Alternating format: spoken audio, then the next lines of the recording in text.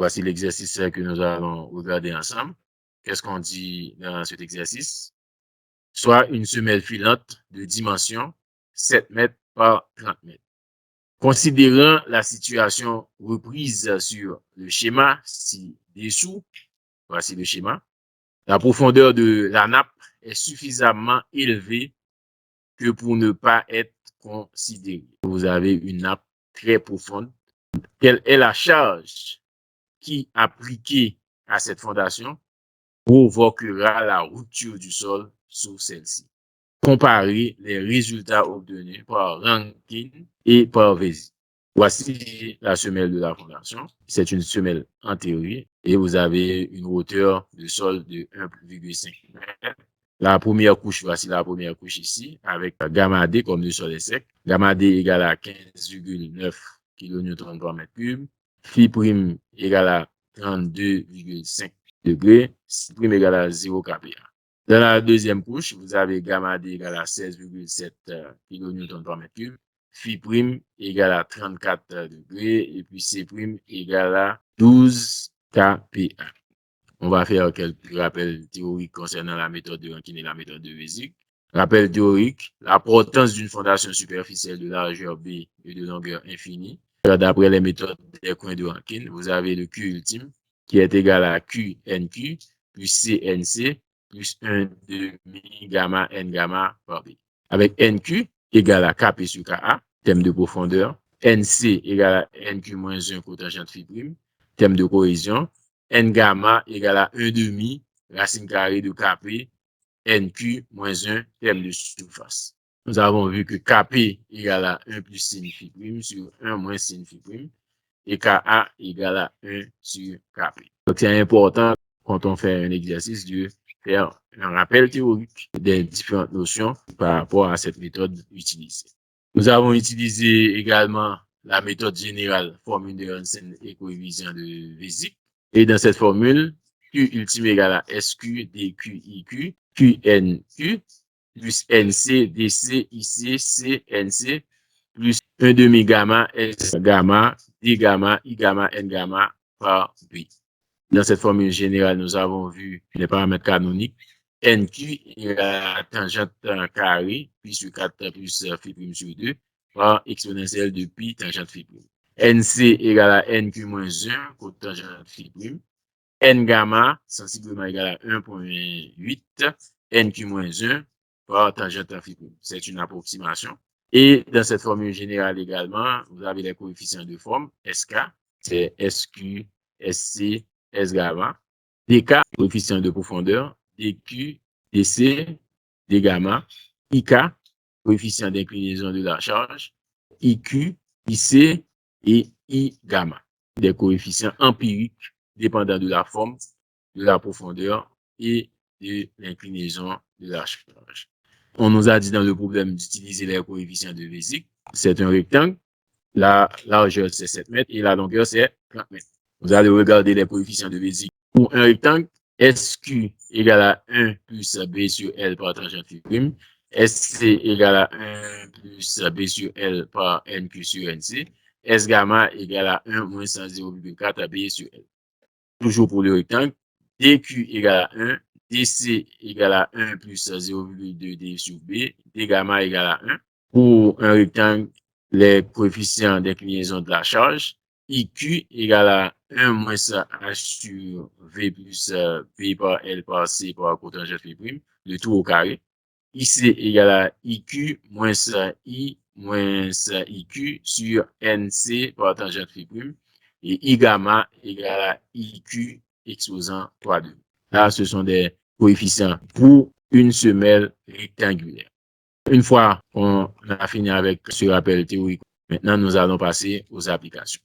Vous avez le Q, c'est la charge répartie qu'on va retrouver dans la première couche. Le Q qui est égal à gamma D par H. Q égale à gamma 1 par H1, c'est 15,9 par 1,5, qui n'est autre que 23,85 kN par mètre cube. Vous avez le NQ, comme précisé dans la formule, NQ égale à Kp sur Ka, qui est égal à Kp au carré. Et Kp, vous connaissez Kp, c'est 1 plus sin phi prime sur 1 moins sin phi prime. Ce phi prime va se trouver dans la deuxième couche. Phi prime égale à 34 degrés. Et NQ va nous donner 12 moins 51. Le NC, d'après la formule des coins de Rankine, NC égale à NQ moins 1, cotangente phi prime, cotangente 34. NC va nous donner 17,066. Le N gamma égale à 1 demi racine carrée de Kp par NQ moins 1 et qui est égal à 1 demi par racine carrée de Kp pour remplacer Kp par sa valeur et le NQ par sa valeur et N gamma égale à 10,825. Ce sont des nombres adimensionnels, il n'y a pas de dimension. Il suffit maintenant de remplacer toutes les valeurs dans l'équation canonique de Rankine. Q ultime égale à QNQ plus CNC plus 1 demi gamma B par N gamma. Vous remplacez les paramètres par leur valeur. Ça va être égal à 1135,9 kN par mètre carré. Là, c'est cette capacité portante à considérer dans le cas rapide de la formule de Rankine. Maintenant, on va regarder la méthode générale avec la formule de Hansen des coefficients de Bézic. Nous avons vu l'équation et un rappel théorique concernant l'équation et les paramètres canoniques ainsi que les coefficients empiriques de forme, de profondeur et d'inclinaison de la charge. Il suffit de déterminer ces différents coefficients ainsi que les paramètres de la forme canonique qui dépendent de l'angle de frottement interne. NQ égale à tangente carrée puis sur 4 moins 5 phi prime sur 2 multiplié par exponentielle de pi tangente phi prime. Et on remplace par leur valeur, tangente carrée, et puis sur 4, c'est 180 sur 4, 45 moins 17, multiplié par exponentielle de pi, tangente 34, et NQ va nous donner 29,44. Le NC égale à NQ moins 1 par cotangente phi prime.